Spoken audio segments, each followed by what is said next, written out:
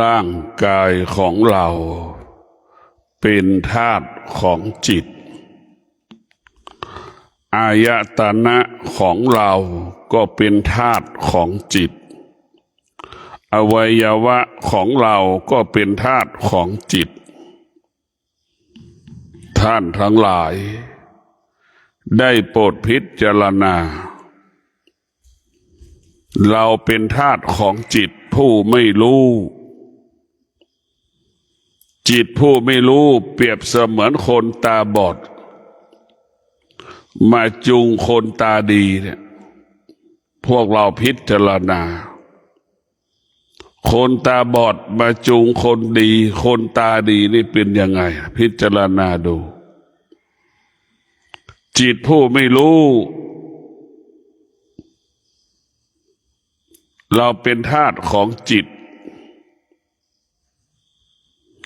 จิตของเราจึงเป็นผู้บงการชีวิตเราเป็นผู้บงการชีวิตเราหมดเพราะสภาพจิตเดิมของเราเป็นเพียงแค่ผู้รู้เท่านั้นสภาพจิตเดิมเพียงแค่เป็นเพียงผู้รู้จิตเราไม่ได้เป็นผู้รู้เรียกว่าเป็นผู้รับรู้สภาพจิตเดิมเป็นเพียงผู้รับรู้จิตเราจะเป็นผู้รู้ได้จิตนั้นต้องอาศัยสติจิตนั้นต้องอาศัยสติถ้าจิตอาศัยสติจิตนั้นมีโอกาสเป็นจิตผู้รู้ถ้าจิตไม่ได้อาศัยสติจิตก็จะเป็นจิตของผู้ไม่รู้พวกเราทั้งหลายโปรดพิจารณาจิตเราพึ่งพาสติจิตเราอาศัยสติจิตเราจึงจะเป็นจิตของผู้รู้เพราะสติเป็นผู้ที่ฝึกฝนจิตสติเป็นผู้ควบคุมจิต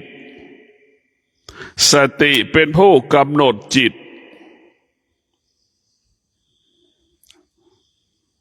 เมื่อสติเป็นผู้ควบคุมจิตแล้วจิตนั้นจะเป็นไปตามที่สติบงการในพวกเราทั้งหลายสตินั้นจะอยู่กับความเป็นจริงเสมออยู่กับความอดทนนี่คือความจริงปัจจุบันอยู่กับความเป็นจริงคือวิริยะภาคเพียรปัจจุบันเพราะพวกเราทั้งหลายบุคคลที่ฝึกจิตกับบุคคลที่ไม่ได้ฝึกจิตย่อมแตกต่างกันย่อมแตกต่างส่วนมากเราคนส่วนมากไม่ได้ฝึกจิตจิตมันก็วกไปวนมากับเรื่องเก่าๆซ้ำๆเรื่องเก่าๆปรากฏเกิดขึ้นก็อยู่ภายใต้เรื่องเก่าๆที่มันปรากฏเกิดขึ้นเพราะจิตมันเป็นจิตของผู้ไม่รู้เป็นเช่นนั้นเมื่อจิตเราได้รับการฝึกฝนอบรมจิตเราจะเป็นจิตผู้รู้จิตจึงจะอยู่เหนือสิ่งที่เรารู้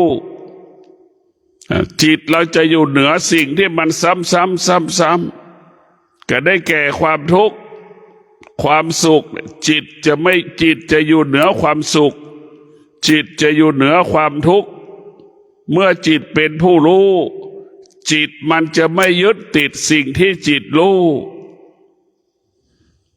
จิตรู้จิตก็จะละสิ่งที่จิตมันรู้จิตมันรู้จิตมันจะไม่ตามรู้ วกเราต้องพิจารณาเพราะจิตผู้รู้นี่พวกเราทั้งหลายมันจะอยู่เหนือสิ่งที่เรารู้ทุกลมหายใจเพราะฉะนั้นจิตผู้รู้จึงเท่าทานสิ่งที่เรารู้ว่ามันไม่เที่ยงจิตผู้รู้จึงรู้ว่าสิ่งที่เรารู้เป็นสิ่งที่ไม่ทนจึงรู้ว่าสิ่งที่เรารู้คงสภาพเดิมไม่ได้จึงรู้ว่าสิ่งที่เรารู้มันเปลี่ยนแปลงและแปรสภาพไปตลอดเวลาผู้รู้จิตผู้รู้จึงอยู่เหนือสิ่งที่เรารู้จึงอยู่เหนือสิ่งที่เรารู้จึงไม่มีเหตุจึงไม่มีผลกับสิ่งที่รู้เราพิจารณาดูว่าจิตที่เป็นผู้รู้นั้นจะสงบนิ่งไม่เกิดอาการไม่สำแดงอาการใดๆจิตผู้รู้จะต้องมีความอดทนอยู่ในจิตจิตผู้รู้ก็จะมีความว่าวิริยะภาคเพียรอยู่ในจิตจิตของผู้ไม่รู้ขาดความอดทนขาดความวิริยะภาคเพียรมันจึงเกิดเขาว่าไม่สำเร็จจิตของผู้ไม่รู้ไม่ประสบความสำเร็จจิตของผู้รู้มีความอดทนมีวิริยะภาคเพียรจึงเกิดเขาว่าสำเร็จคิดพูดและกระทำการใดๆจึงเกิดเขาว่าสำเร็จพวกเราต้องพิจารณาจิตผู้รู้ก็จะรู้เรื่องแก่นแห่งธรรมรู้เรื่องสาระของธรรมจิตผู้รู้จึงรู้ว่าสติมีความสำคัญเหนือกว่าจิตจึงรู้ว่าสติมีความสำคัญเหนือกว่าจิตสติจึงเป็นนายของจิตจิตเป็นแค่บ่าวจิตนั้นเป็นแค่บ่าวเป็นธาตุของจิตเป็นธาตุของสติเพราะฉะนั้นพวกเราทั้งหลายจิตมันเปรียบเสมือนลูกจ้างสติเปรียบเสมือนนายจ้างมันแตกต่างกันอย่างไรจิตนายจ้างกับลูกจ้างใครใหญ่กว่ากันใครมีความสำคัญกว่ากันสติจึงมีความสำคัญเหนือกว่าจิตสติพวกเราทั้งหลายจึงเป็นผู้กำกับจิตดังที่ได้บอกเราว่าจิตอาศัยสติจิตนั้นจะมั่นคงจิตอาศัยสติจิตนั้นจะเบิกบานผ่องใสตลอด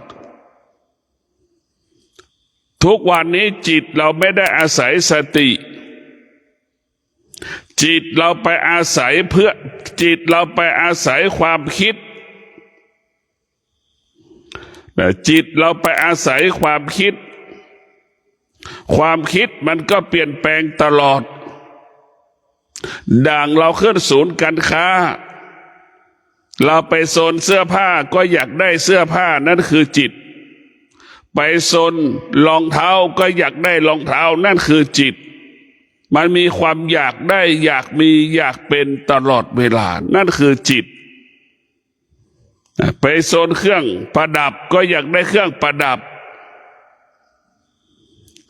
ไปโซนเครื่องครัวเรือนก็อยากได้เครื่องครัวเรือนอีกมันไม่มีที่สิ้นสุดถ้าจิตอาศัยความคิดความคิดคือความโลภความคิดคือความโกรธความหลงในตัวมันเองเรามีสติเราจะแก้ไขความคิดเรามีสติเราจะไม่ใช้ความคิดเรามีสติเราจะอยู่เหนือความคิดเรามีสติเราจะใช้สมาธิเรามีสติเราจะใช้ความอดทน เรามีสติจะใช้วิริยะภาคเพียรในการพัฒนาจิตในการแก้ไขจิตจิตนั้นจึงจะเป็นจิตของผู้รู้พวกเราทั้งหลายได้พิจารณาว่าจิตของเราก็เหมือนหวายงอไปทางไหนก็ได้ดัดเป็นรูปอะไรก็ได้นั่นคือสภาพจิตเดิมสภาพจิตเดิมเป็นเช่นนั้นงอไปทางขวาทางซ้ายได้หมดจะเอาเป็นโต๊ะเป็นเก้าอี้ได้หมดจะเอาเป็นรูปอะไรก็ได้หมดจิตของเรามันเป็นสภาพจิตเดิมมันเป็นผู้ไม่รู้มันเป็นไปทุกอย่างเมื่อจิตเราเป็นจิตผู้รู้แล้วนี่เมื่อจิตเราอาศัยสติพวกเราทั้งหลายเมื่อจิตเราอาศัยสติสติก็เปรียบเสมือนช่างดัดหวายนั่นแหละธรรมชาติหวายเนี่ยมันจะคดงอไปมาสติมันจะเป็นผู้ดัดหวายให้หวายนั้นตรงซื่อให้หวายนั้นมันซื่อตรงนั่นแหละคือสติเป็นผู้ที่ฝึกฝนจิตเรามันงอมันโค้งเราจะต้องดัดให้เหมือนหวายให้มันซื่อให้มันตรงจิตเราจะให้มันตรงมันซื่อเหมือนไม้กระดานนะเหมือนไม้กระดานเหมือนเหลี่ยมเสานะจิตเราจะต้องฝึกให้เป็นอย่างนั้นนะพวกเราทั้งหลายเมื่อเราฝึกจิตเราเป็นจะซื่อจะตรงแล้วมันจะมั่นคงแข็งแรงเหมือนเหลี่ยมเสานั่นแหละจิตเราก็จะเป็นเช่นนั้นถ้าเราฝึกมันจะซื่อจะตรง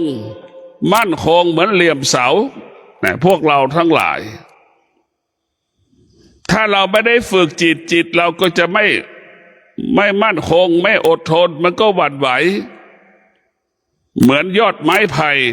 ถูกกระแสลมพัดมันก็เอ็นเอียงไปในทิศทั้งสี่เช่นเดียวกับจิตถูกกระแสอารมณ์ความโลภความโกรธความหลงถูกกระทบแล้วก็เกิดความอยากเอ็นเอียงไปตามกระแสอารมณ์เอ็นเอียงไปตามกระแสอารมณ์ของความอยากได้อยากมีอยากเป็นปรากฏก็อยากได้สิ่งนั้นนี่แหละพวกเราทั้งหลายจิตเราไม่ได้ฝึกมันจะขาดความมั่นคงเหมือนจิตเราไม่ได้ฝึกฝนมันก็เหมือนยอดไม้ไผ่ถูกกระแสลมพัดจิตเราไม่ได้ฝึกฝนก็ตกอยู่ใต้อำนาจความโลภความโกรธความหลงอยากได้อยากมีอยากเป็นมันก็เอ็นเอียงไปหมดเราจึงเข้าใจนะว่าจิตของผู้ไม่รู้นี่ลักษณะจิตของผู้ไม่รู้มันสะสมสั่งสมสิ่งที่เรารู้จิตของผู้ไม่รู้สะสมสั่งสมสิ่งที่เรารู้เหมือนดังคนทุกคนหรือคนทั่วโลกสะสมเสื้อผ้านั่นแหละคือจิตของผู้ไม่รู้จะเป็นเช่นนั้นลักษณะของจิตผู้ไม่รู้เอกลักษณ์ของจิตก็เหมือนคนที่สะสมเสื้อผ้านั่นแหละสะสมเสื้อผ้าคนหนึ่งไม่มีสะสมเสื้อผ้าไม่ต่ำกว่า30 ตัว40 ตัวใช้ก็ไม่ใช้ให้ก็ไม่ให้เก็บไว้แบบนั้นแหละนั่นแหละคือจิตผู้ไม่รู้ส่วนจิตของผู้รู้แล้วจะปลดเปลื้องสิ่งที่รู้แล้วก็ละสิ่งที่รู้ผู้รู้ทั้งหลายจะไม่สะสมสิ่งที่เรารู้เพราะฉะนั้นหน้าที่ของผู้รู้ก็คือรู้แค่ลมหายใจเข้าออกหน้าที่ของจิตผู้รู้ก็รู้แค่อริยบททั้งสี่อริยบททั้งสี่นั่นคือหน้าที่ของเราต้องรู้จะนั่งจะนอนจะเดินนั่นแหละหน้าที่ของจิตผู้รู้จะรู้แค่อริยบททั้งสี่เรื่องอื่นๆจะไม่รับรู้จะรู้แค่นั่งนอนเดินยืนในอริยบททั้งสี่และรู้ในอริยบทย่อยเท้าขวามือขวามือซ้ายจับวัสดุคารุพันธ์ต่างๆตาขวาตาซ้ายหูขวาหูซ้ายจมูกขวาจมูกซ้ายเราจะรู้สึกตรงนี้ตลอดเวลา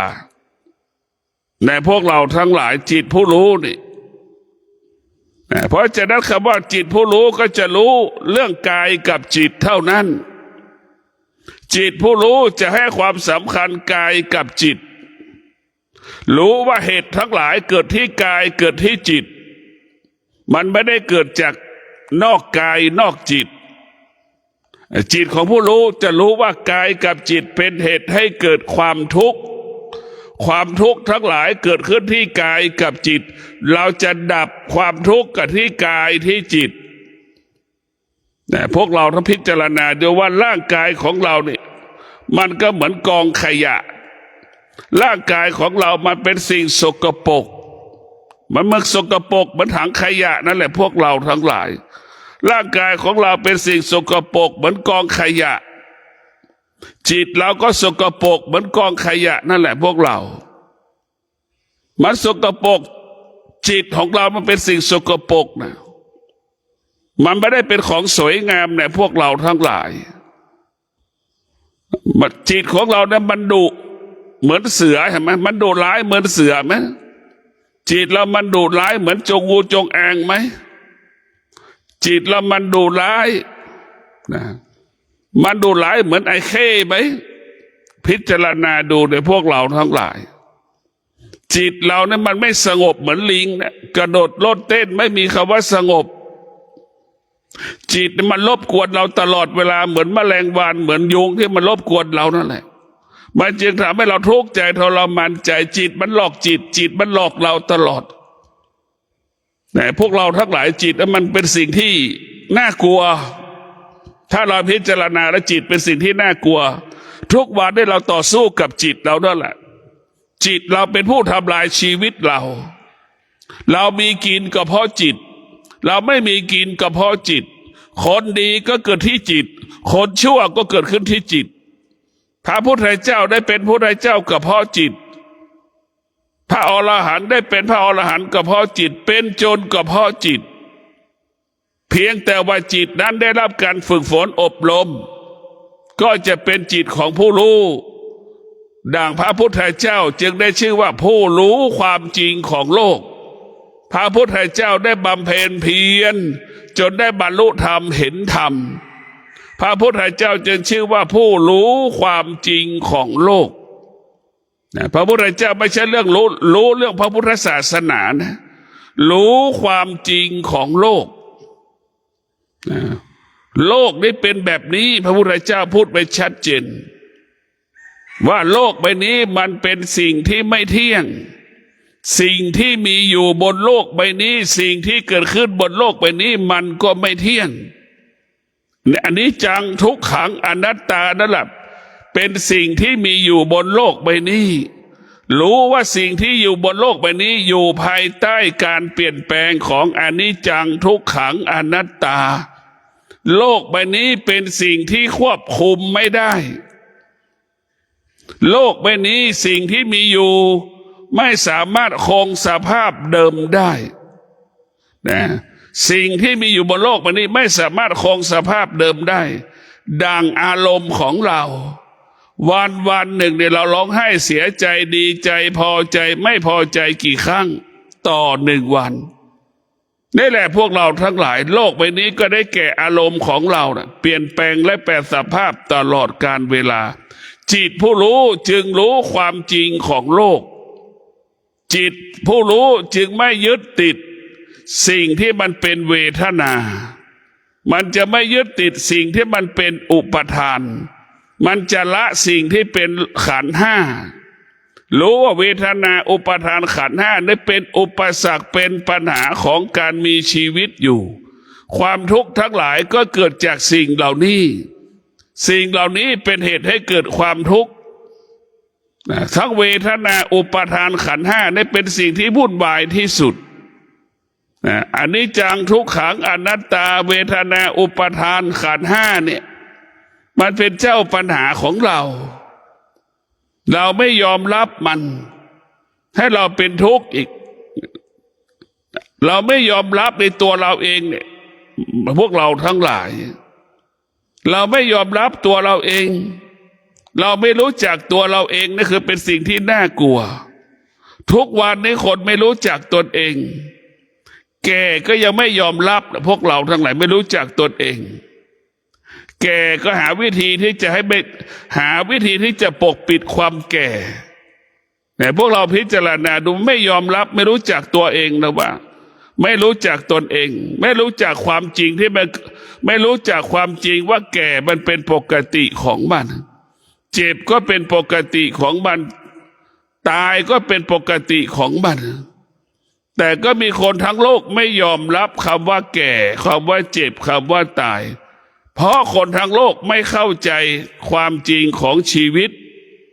จึงปฏิเสธความแก่ความเจ็บความตายเพราะฉะนั้นพวกเราทั้งหลายความตายเป็นความจริงของชีวิตเป็นสิ่งที่เราควรรู้เป็นสิ่งที่เราควรพิจารณาเป็นสิ่งที่เราควรต้อนรับเป็นสิ่งที่เราควรรักษาการเกิดมาของเราสิ่งที่เราควรรู้ก็คือคำว่าเกิดคำว่าแก่คำว่าเจ็บคำว่าตายสิ่งเหล่านี้ควรรู้แล้วก็ควรรักษาควรปฏิบัติและเข้าใจมันตลอดเวลาในพวกเราทั้งหลายสิ่งเหล่านี้เราต้องเข้าใจมันเราต้องพิจารณามันตลอดเวลาแต่เรากลับไปสนใจใส่ใจเรื่องอื่นๆนี่แหละเราไปสนใจเรื่องอื่นมากกว่าไปสนใจเรื่องเกิดแก่เจ็บตายมนุษย์ทั้งหลายมีกี่คนที่สนใจเรื่องเกิดแก่เจ็บตาย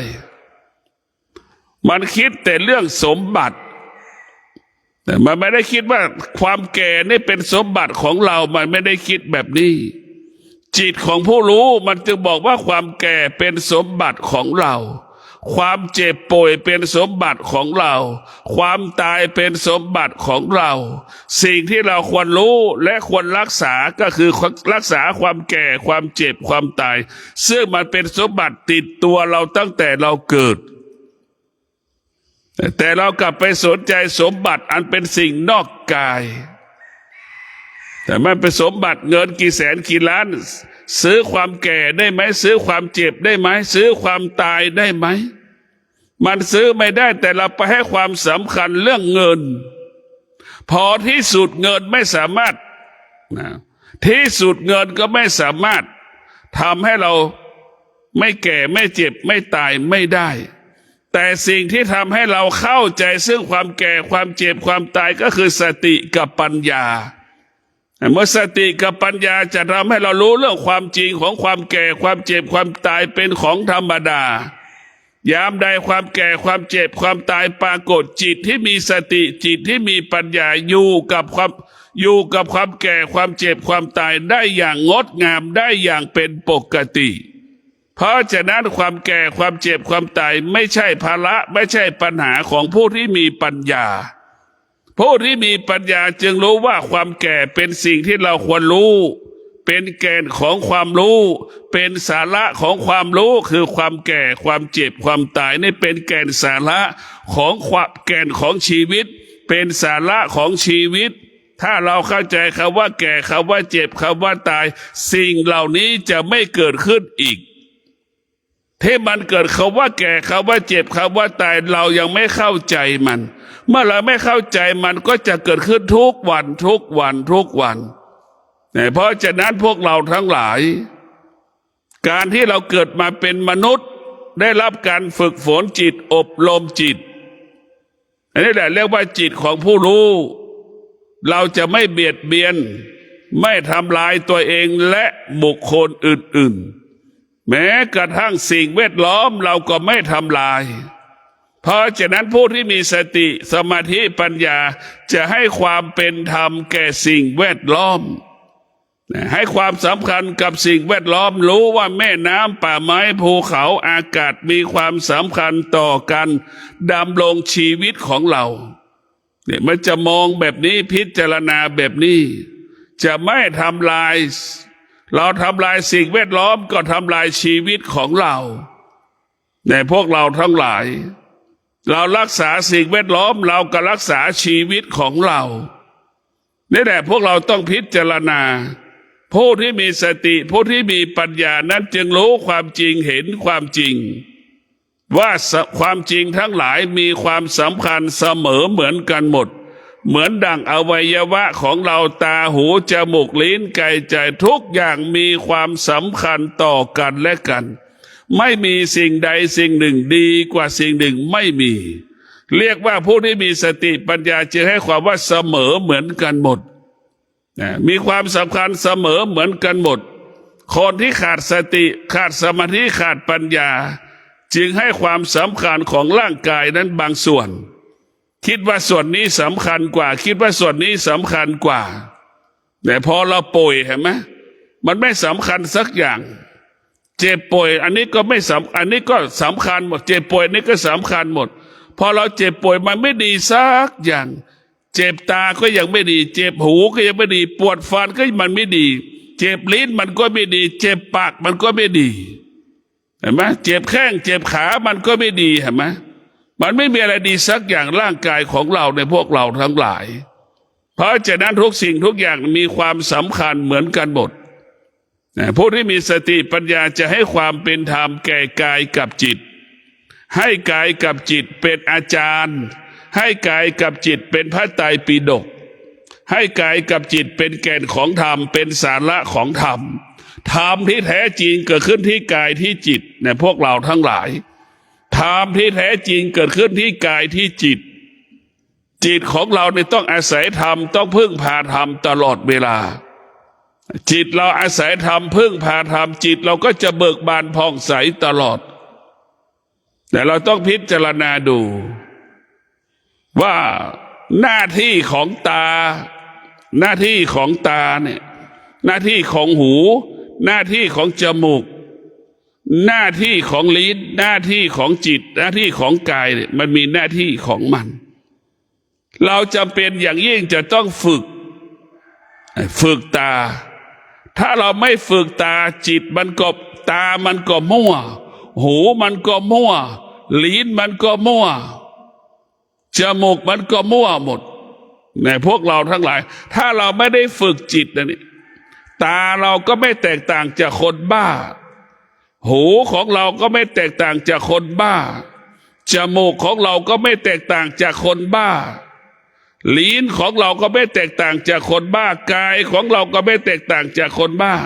จิตของเราก็ไม่แตกต่างคนเหมือนคนบ้า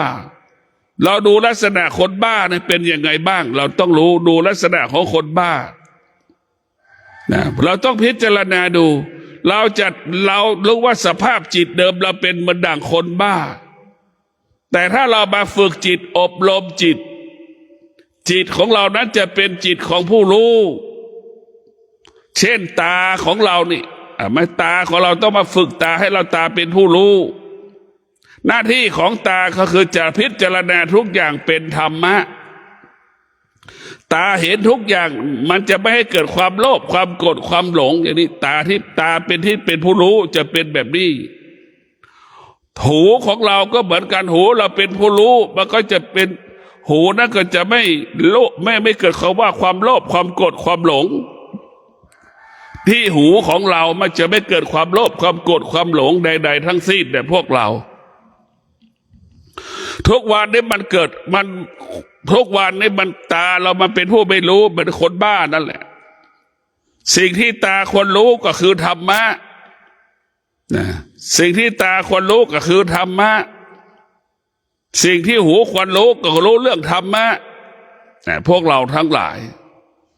สิ่งที่จมูกควรรู้ก็รู้ว่าเป็นธรรมะเหมือนกันหอมก็ดีเหม็นก็ดีเป็นสิ่งที่ไม่เที่ยงอย่างเงี้ยมันจะรู้แบบนี้ลิ้นก็เหมือนกันหน้าที่รับรสชาติอาหารผลไม้ต่างๆจะอร่อยไม่อร่อยก็กินให้มันอิ่มจะอร่อยไม่อร่อยมันก็เป็นอนิจจังทุกขังอนัตตาเนี่ยมันจะเข้าใจสิ่งเหล่านี้เนี่ยพวกเรามันจะเข้าใจเราจะต้องฝึกอายตนะของเราให้มันเป็นเหมือนหมาแสนรู้นั่นแหละตาเราให้มันเหมือนนกแสนรู้หูของเราก็เหมือนสุนัขแสนรู้แล้วก็เรียกว่าจมูกของเราเหมือนลิงแสนรู้เนี่ยเราจะต้องฝึกให้อายตนะทั้งหกเหมือนสัตว์แสนรู้เราจะควบคุมมันได้นะแต่ทุกวันนี้เราไม่ได้เป็นสัตว์แสนรู้เนี่ย เนี่ยมันเป็นผู้เป็นสัตว์ผู้ไม่รู้เหมือนสัตว์อยู่ในป่าสัตว์อยู่ในปกันป่ามันเป็นผู้ไม่รู้ทั้งที่สัตว์เหล่านั้นเกิดมาท่ามกลางใบไม้ร่วงสัตว์บางชนิดเห็นไหมใบไม้ร่วงมันยังตกใจสะเทือนหวั่นไหวอยู่เกิดมาท่ามกลางนะใบไม้มันร่วงพอถึงแล้วใบไม้ร่วงก็ยังตกใจอยู่นั่นจิตที่ไม่ได้ฝึกจิตผู้ไม่รู้จะเป็นเช่นนั้นจึงเกิดคำว่าสะเทือนหวั่นไหวเหมือนสัตว์อยู่ในป่าเพราะมันไม่รู้ผู้ไม่รู้ก็เหมือนสัตว์ที่อยู่ในป่าใบไม้ตกลงมาล่วงลงพื้นก็ยังตกใจจิตที่ไม่ได้ฝึกฝนก็จะหวั่นไหวทุกเรื่องตาสัมผัสกับรูปก็หวั่นไหวหูสัมผัสกับเสียงก็หวั่นไหวจมูกสัมผัสกับกลิ่นก็หวั่นไหวคือหวั่นไหวหมดทุกสิ่งทุกอย่างในพวกเราต้องพิจารณาชีวิตของเรานั้นอยู่ภายใต้การเปลี่ยนแปลงชีวิตเราอยู่ภายใต้การเปลี่ยนแปลงทั้งหมดมันไม่มีอะไรดีเท่ากับจิตในพวกเราทั้งหลายจิตของเรานี่มันสำคัญที่สุดเราต้องมาฝึกจิตของเราเหมือนแม่อดทนนั่นคือการฝึกจิตแม่มีวิริยะภาคเพียรนั่นคือแม่นั่นคือแม่ฝึกจิตฝึกจิตก็คือฝึกกายฝึกกายก็คือฝึกจิตมันอันเดียวกันมันต่อเนื่องกันฝึกกายจิตก็ต้องอดทนพร้อมกับกายฝึกจิตก็กายก็ต้องอดทนพร้อมกับจิตเพราะจิตกับกายมันอาศัยกันมันจะแยกออกจากกันไม่ได้กายของเราก็เปรียบเสมือนเงานั่นแหละจิตของเราก็เปรียบเสมือนเงากายของเราก็เหมือนตัวของเราแหละมันต้องอยู่อาศัยกันอยู่ตลอดเวลาไม่สามารถแยกออกจากกันได้แต่พวกเราต้องพิจารณาเราเดินจงกรมเนี่ยเราก็ฝึกเราเรียกว่าเราฝึกกายทั้งฝึกกายฝึกจิตจิตมันกำหนดรู้ว่าเท้าขวามันย่างจิตมันกำหนดรู้ว่าเท้าซ้ายมันย่างเดินไปสุดมันก็รู้ว่าเดินไปสุดเดินสุดก็เดินนิ่งเดินยืนนิ่งยืนตรงก็มีสติจะกลับขวาก็มีสติจะกลับซ้ายก็มีสติรู้ตลอดนั่นแหละคือการฝึกกายฝึกจิตนั่นคือเรียกว่าการฝึกกายฝึกจิตก็คือการเดินจงกรมนั่นเป็นสิ่งที่ดีที่สุดเป็นการฝึกกายฝึกจิตถ้าเราใช้จิตอยู่ในกายให้จิตอยู่ในกายให้กายให้จิตเห็นกายให้จิตเห็นกายว่าร่างกายของเรานั้นเป็นสิ่งที่เป็นสิ่งเน่าเป็นสิ่งเหม็นเป็นของไม่ดีเป็นของสกปรกให้เราฝึกจิตให้จิตเรารู้แบบนี้อย่างนี้พวกเราต้องพิจารณาอยู่ตลอดเวลาว่าชีวิตของเรานั้นมันอยู่กับความเป็นจริงตนแลเป็นที่พึ่งแห่งตนดังพระพุทธเจ้ามาท้ายสุดก็ต้องไปบำเพ็ญเพียรด้วยตัวพระองค์ท่านเองตนแลเป็นที่พึ่งแห่งตนคำว่าตนแลเป็นที่พึ่งแห่งตนก็คือมีความอดทนอยู่ในตรงนั้นมีวิริยะภาคเพียรอยู่ตรงนั้นจึงทำให้พระพุทธเจ้าได้ประสบความสำเร็จได้เป็นพระพุทธเจ้าก็เพราะสติสัจจะวิริยะขันตินี่แหละแต่พระพุทธเจ้าจึงประสบความสำเร็จการเป็นพระพุทธเจ้าเมื่อพระพุทธเจ้าประสบความสำเร็จเป็นพระพุทธเจ้าแล้วพระพุทธเจ้าจะนำเอาความจริงที่พระพุทธเจ้ารู้ไปประกาศให้แก่ชาวโลกได้รับรู้พระพุทธเจ้าจะจำเป็นต้องมีสติสัจจะวิริยะขันติครับพระพุทธเจ้าจะนำเอาความจริงของที่พระพุทธเจ้าค้นพบไปประกาศให้ชาวโลกได้รับรู้พระพุทธเจ้าก็ยังพึ่งพาสติสัจจะวิริยะขันติอีกจึงเกิดคำว่าประสบความสำเร็จประกาศคำสอนที่พระพุทธเจ้าค้นพบนะเราจะเห็นได้ว่าพระพุทธเจ้าจะประสบความสำเร็จเป็นพระพุทธเจ้ากับสิ่งเดียวกันคือสติสัจจะวิริยะขันติพระพุทธเจ้าจะนำคำสอนไปประกาศให้คนทั้งโลกประสบความสำเร็จได้ก็เพราะสติสัจจะวิริยะขันติผู้ที่ฟังธรรมพระพุทธเจ้าจะประสบความสำเร็จได้ ผู้ที่ฟังธรรมพระพุทธเจ้าก็ต้องประกอบไปด้วยสติสัจจะวิริยะขันติใช่ไหมมันเหมือนกันหมดคำว่าสำเร็จถึงจะเกิดนะนี่แหละผู้ที่ฟังธรรมพระพุทธเจ้าอยากจะประสบความสำเร็จอยากจะเข้าถึงความจริงผู้ที่ฟังธรรมผู้ที่จะฟังธรรมแล้วก็จะต้องมีสติสัจจะวิริยะขันติจึงเกิดคำว่าสำเร็จเนี่ยพวกหัวข้อธรรมเหมือนกันหมดเพราะฉะนั้นเราต้องเดินตามรอยพระพุทธเจ้า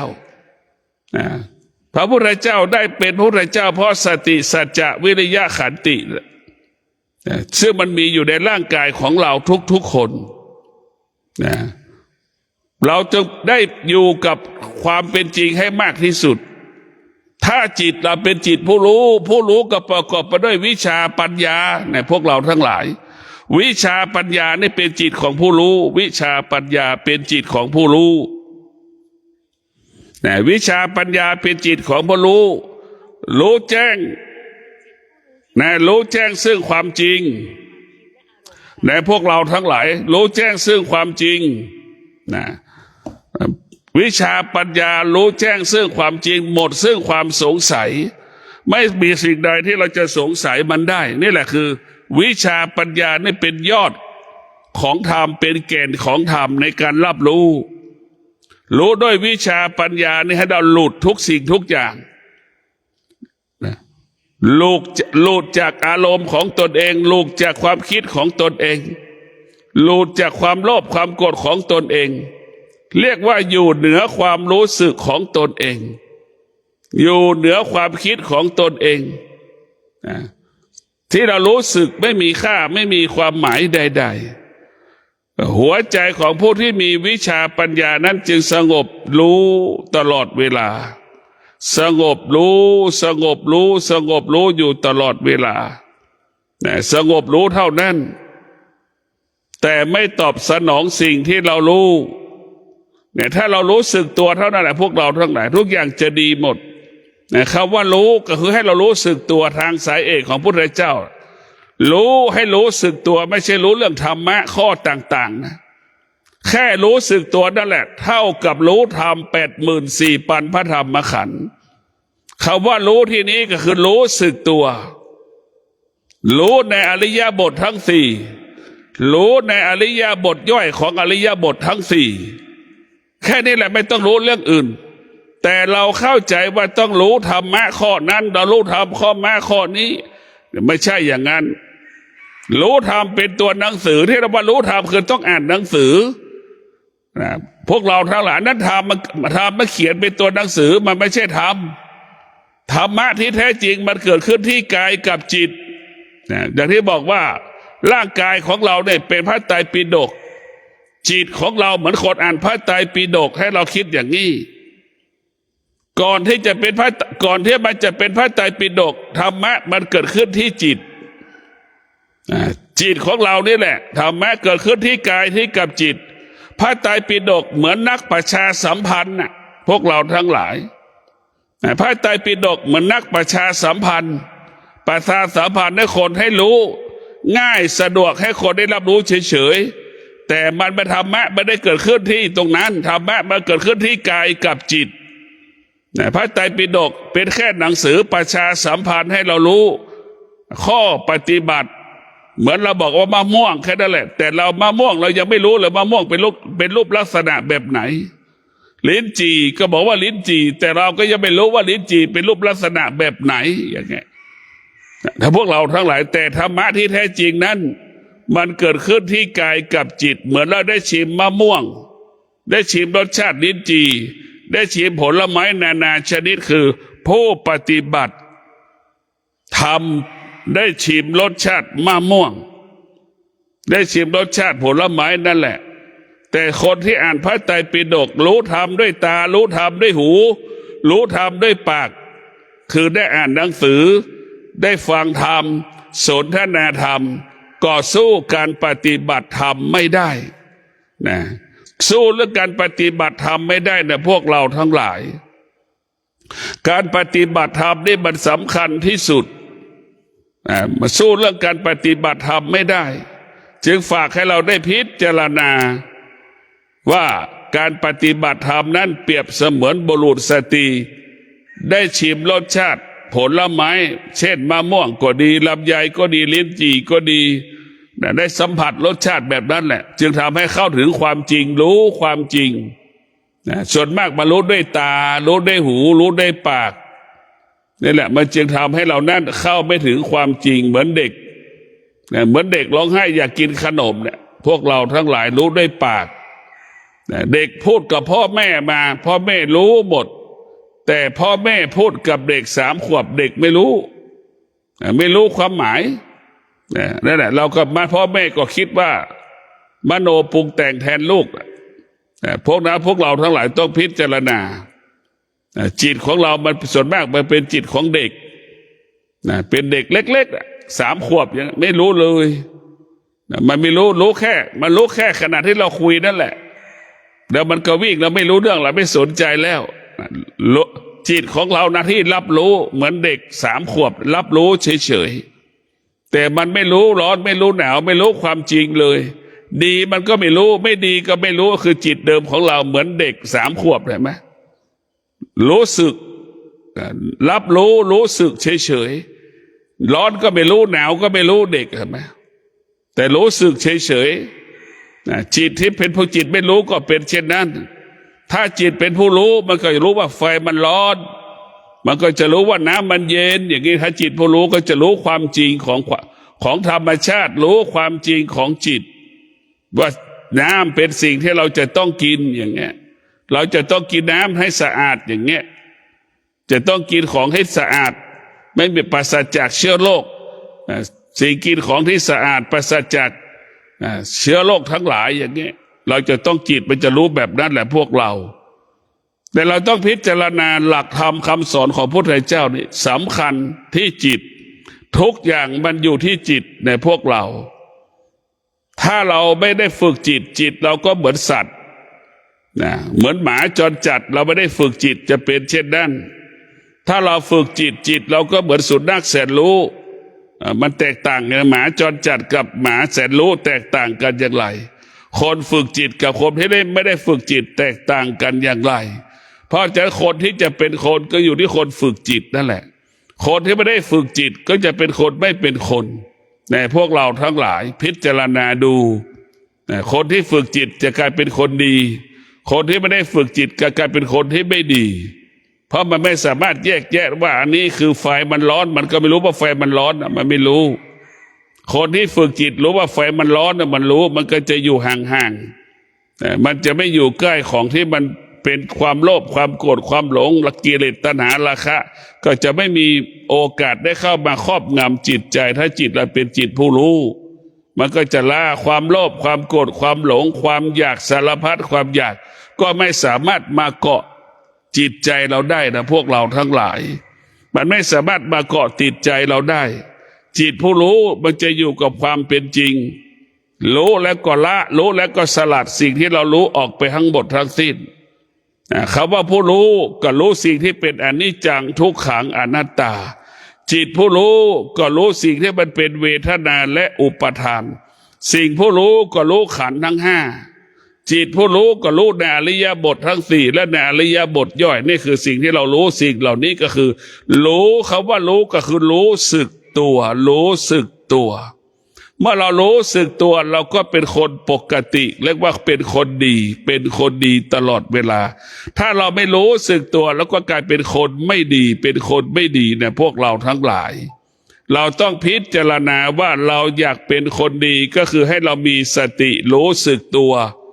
ถ้าเรารู้สึกตัวเราก็จะรู้จักวิธีการดำเนินชีวิตเราเป็นโรคเราจะทำยังไงไม่ให้เราเป็นโรคอย่างนี้เราก็พิจารณาดูเราเป็นโรคภัยไข้เจ็บเราจะต้องละการเป็นโรคภัยไข้เจ็บเราต้องพิจารณาอยู่ตลอดเวลาขอให้เราได้พิจารณาว่าธรรมะหรือคำสอนของพระพุทธเจ้าว่าด้วยเรื่องความจริงของชีวิตว่าด้วยเรื่องความจริงของจิตว่าด้วยเรื่องความจริงของกายให้เราเห็นกายว่าร่างกายของเรานั่นเป็นของเน่าของเหม็นทุกวันนี้เราเห็นร่างกายเป็นของสวยของงามความกิเลสทั้งหลายเกิดขึ้นที่ร่างกายของเราโดยเฉพาะผิวหนังบางๆนี่เป็นสิ่งที่น่ากลัวที่สุด นะผิวหนังบางๆที่มันปกปิดร่างกายของเรานี่มันเป็นสิ่งที่ชั่วร้ายที่สุดปกปิดนะเรียกว่ามันเป็นปกปิดความจริงนะถ้าเราสามารถมองทะลุผิวหนังไปแล้วเราจะเห็นร่างกายของเราเป็นสิ่งสกปรกเห็นชัดเลยเหมือนคนถูกน้ำร้อนลวกเหมือนคนถูกไฟไหม้ผิวหนังมันไม่มีเห็นไหมเราพิจารณาดูคนน้ำร้อนลวกและคนที่ถูกไฟครอบเนี่ยเป็นลักษณะแบบไหนล่ะท้ายสุดก็เป็นที่รังเกียจนะเราหลงผิวหนังซึ่งกันและกันในพวกเราหลงผิวหนังจึงทำให้เราได้ผิวหนังนั่นแหละทำให้เรานั่นนะเป็นทุกข์เพราะผิวหนังลำบากเพราะผิวหนังใบหน้าเรามีผิวหนังที่มันหุ้มอยู่เนี่ยผิวหนังก็เหมือนเครื่องสำอางที่เราแปะหน้าเราเป็นอย่างนั้นเราไปหลงตรงนั้นไปปกปิดผิวหนังคือปกปิดเพราะฉะนั้นพวกเราต้องมีสติเห็นความจริงเห็นกายในกายกายนอกกายในกายนอกก็ผิวหนังกายในก็เป็นเลือดเราเห็นว่าเลือดสิ่งสกปรกไหมเราเวลาเราเป็นบาดเป็นแผลเห็นไหมเหมือนคนเป็นโรคเบาหวานมันสกปรกไหมเป็นหน้าดูไหมเราก็พิจารณาดูขอให้พวกเราได้มีสติฝึกฝนจิตอบรมจิตให้จิตผู้รู้ก็รู้ในอริยบททั้งสี่จิตผู้รู้ก็รู้ในอริยบทย่อยของในอริยบททั้งสี่จิตผู้รู้ก็รู้อนิจจังทุกขังอนัตตาจิตผู้รู้ก็รู้สิ่งที่เป็นเวทนาอุปาทานและขันธ์ทั้งห้าจึงจะอยู่เหนือสิ่งเหล่านี้จึงเกิดคำว่าหลุดพ้นเมื่อเราอยู่เหนืออนิจจังทุกขังอนัตตาเราหลุดพ้นเมื่อเราอยู่เหนือเวทนาและอุปาทานเราจะอยู่เหนือเราจะหลุดพ้นเมื่อเราอยู่เหนือขันธ์ทั้งห้าขอให้ท่านทั้งหลาย